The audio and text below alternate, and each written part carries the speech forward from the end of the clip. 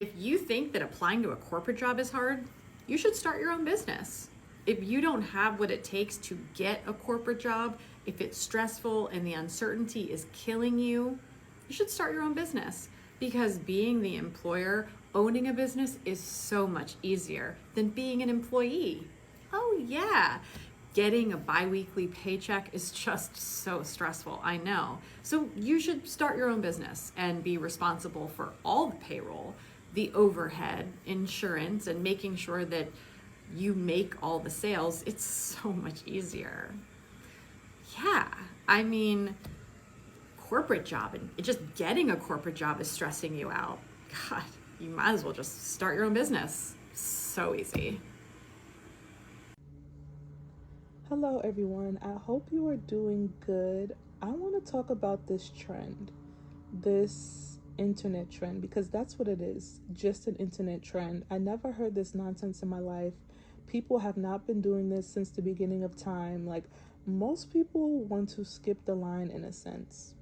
They want to skip entry level work and go straight to senior level work, or skip the training and go straight into quote unquote leading $1 million company. Right. It's actually quite comical how many people think that they are going to be successful entrepreneurs and lead a business that will make them rich. I'm not saying it's not possible, but you have a higher chance at climbing the ladder by gaining experience than you do of sitting on your ass and then waking up one day and having a booming business. Like me, I like stats, I like proof. It says here that a high number of entrepreneurs actually fail. So the soft life girls are lazy, but the anti 9 to 5ers who don't want to work and want to be entrepreneurs are following their dreams. Okay, how many people are living this soft life and might be like a stay at home mom, and how many people are successful entrepreneurs? I'll wait. You have a higher chance at living the soft life than running your own business, like it says on the screen. A high number of entrepreneurs fail, and most businesses don't make it past 10 years. And most businesses are not bringing in millions and millions of dollars a year. And some of them still have to pay people. Like, what are you guys thinking? People say, oh, you girls are delusional. No man is going to want you like that. No one wants you black girls like that. Like, okay, are you God? Who are you to tell her what she can or cannot get?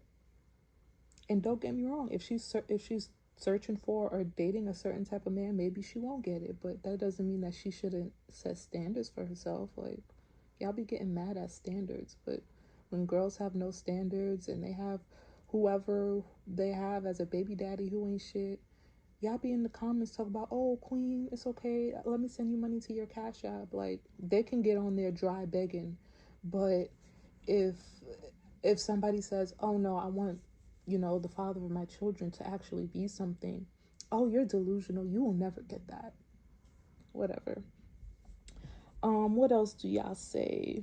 Oh, $100,000 ain't no real money like that. A man can't take care of you if he makes 100K. Oh, really? So why do the stats say that the partner of the average stay-at-home parent makes 70K and up? How are they surviving if 100K ain't no real money? So $10,000 a month ain't no real money. Like, are you guys seriously okay? Like, what are you spending money on each month if 100K ain't no real money? Like, let's say you have like one child. What you need, like a 2 bedroom house or apartment, um maybe one car, 2 cars if you want to go out if your husband is at work or something. What else? I don't know. But why is that exceeding $10,000 a month? I don't know. But in the article that I read, it says household expenses actually decreases when the woman is at home because the couple doesn't have to pay for childcare. Yeah, that child won't grow up ultra rich, but they will be comfortable. And I don't know why people want to bring their child to daycare anyway, or hire nannies when most of them are incompetent, mean as hell, and don't even like children like that, but take the job because that's all they can get. So these, oh, I'm an entrepreneur, I need time to work on my business. Yeah, I don't work a job. I just make, I don't know, $400 a month on TikTok, and somehow that's going to be enough to invest into a $1 million company. So they're okay in the head. They're fine. They're perfectly fine. Like, there's nothing wrong with them. But the soft life girls, yeah, they're delusional. Yeah, that's it. All right. I feel as if people saying $100,000 ain't no real money is the reason why most people feel like they don't need to work entry level jobs, because they feel like they aren't making any money. You will only make money as an entry level worker if you're in certain industries, or they see someone who is on social media that doesn't work a 9 to 5. They are just an influencer, and they might say, yeah, that life is destined for me too. No, that is someone else's path. That is not your path. Stop comparing yourself to people and think you can follow the same thing they did. Be original, be yourself, and figure out the path that you're supposed to take. In most cases, the start of your career will be rough. You won't make that much money. Even doctors, when they are doing their residency and gaining experience, they don't make much money. I think one of the doctors I grew up with made like $38,000 a year for her residency, something crazy like that. When you are gaining experience, when you are gaining skills, you will take a pay cut because you are building up your long-term earning potential. That's life in America. So people would rather live in their car than work a job with benefits, medical insurance, or a pension. So what? You going to depend on the government for medical insurance and food stamps and shelter and help? And you think you some type of independent warrior depending on the government? Yeah, that makes sense. Yeah. Now, I'm not talking about the people who are looking for opportunities and can't find none and have to end up living kind of poor. I'm talking about the ones who literally would rather live in a car, stay jobless with no money coming in, and say, well, I'm free to work on my business. I don't need a 9 to 5. So you would literally live in your car?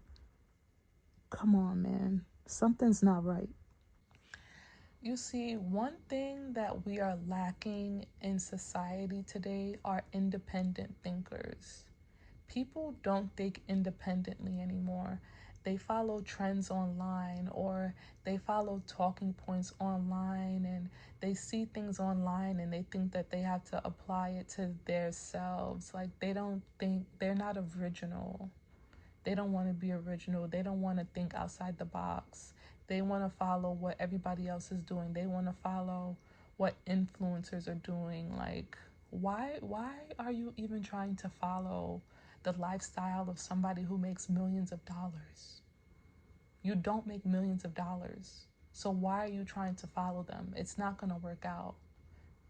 Like these lace fronts, like I know this is off topic, but you see celebrities wearing these lace fronts. Now you think you gotta put on a lace front, gluing hair on your forehead, looking stupid. Don't even look like baby hairs anymore. All because you see people online with the bust down in the middle part, and girl, you just ripping out your hair. All because you want to achieve a certain look. You want to follow what everybody else looks like. You don't want to be your own person. But back to what I was saying, the thousands of people who think that they are going to be entrepreneurs and have passive income, they're not delusional. So these people who have a t-shirt business and think they are going to be a millionaire, they're okay in the head. People who would rather DoorDash than work a 9 to 5, they make sense. Don't you still have to work long hours in order to make any type of real money on DoorDash? Some of y'all be crashing out and messing up people's food because they didn't leave you a good tip, because you practically live off of tips. Does DoorDash even give you benefits? This is America. In America, when you are starting your career, you take the entry level position. Of course, that position is not ideal to most people because of the pay. especially to college grads, because they think just because they have a degree, that means, when they look for entry level work, they should be paid a high amount. It might be true that most entry level positions are technically not really entry level, they require some sort of experience.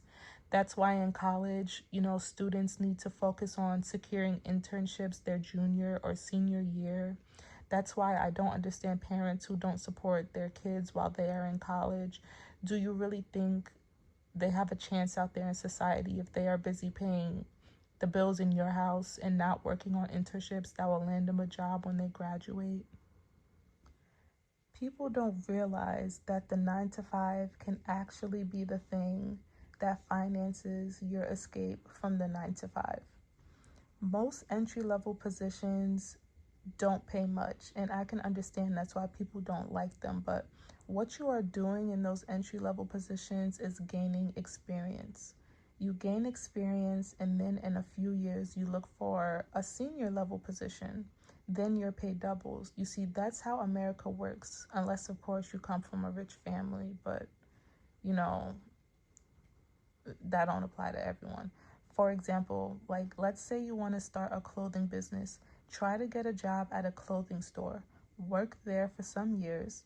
After that, you can try to become a manager. Some retail stores don't require you to have a degree to be a manager.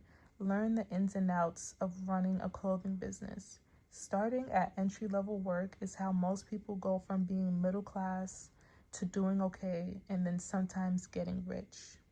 For example, Sarah Blakely, she's worth around $1.4 billion. In 2000, she had a 9 to 5. She was working as a national sales trainer while developing the idea that became Spanx. She started her business with about $5,000 of her own money and eventually built it into a $1 billion company. You see how her experience was in sales? Corporate executives like CEOs, CFOs, COOs all work 9 to 5. For example, Mary Barra is the CEO of General Motors, but she got, her start on the assembly line at that same company at the age of 18. She spent her time like inspecting the hoods and fenders of the vehicles. She started entry level.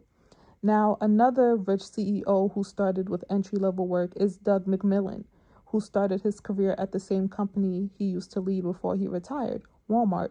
For his first job, he unloaded trucks at a Walmart distribution center in Arkansas. You see what I mean? You see how these people gain experience in the companies that they are leading? That's very important. It's important to gain experience in the industry that you want to be successful in. It's important to be the student and to learn. Some people just want to go straight to being the leader. I don't understand that. I really don't understand that. It's kind of like with this spiritual stuff sometimes. Like, people get online and they want to be given all this type of advice, and who mentors them? Nobody mentors them. They don't learn from nobody. Nobody in their family is teaching them. You're a fool to think that you can do this stuff by yourself. You are a fool if you think that. You need to have a mentor. You need to have a teacher. You need to have, if you're a part of certain, religions, a godparent. You need to have these things. But back to what I was saying, you see, these people that I named before, they didn't grow up rich, at least not from my knowledge. They had to start at entry level positions, making money that isn't that much, or desirable. But somehow they made it work. But then slowly but surely they climbed the ladder and they made a name for themselves. You guys don't want to climb the ladder, you want to skip the line. The only time you can skip the line is if you are born rich. Otherwise, you need to start with the entry level position. And don't get me wrong, I do think people should be getting paid more. I really, really do. Like legal assistants, they do all the work.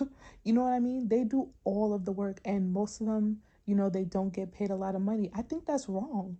But at the end of the day, that's reality. That's the society we live in. Anytime somebody comes along, like a politician or someone, and they want to fix this stuff, you guys call them leftists and, socialists and what else y'all be saying? Oh, blah, blah, blah, whatever. We live in a capitalist society. That's just what it is, people. The problem is, the problem that people have today is that um people who don't have much experience want to make as much as these CEOs by being an entrepreneur.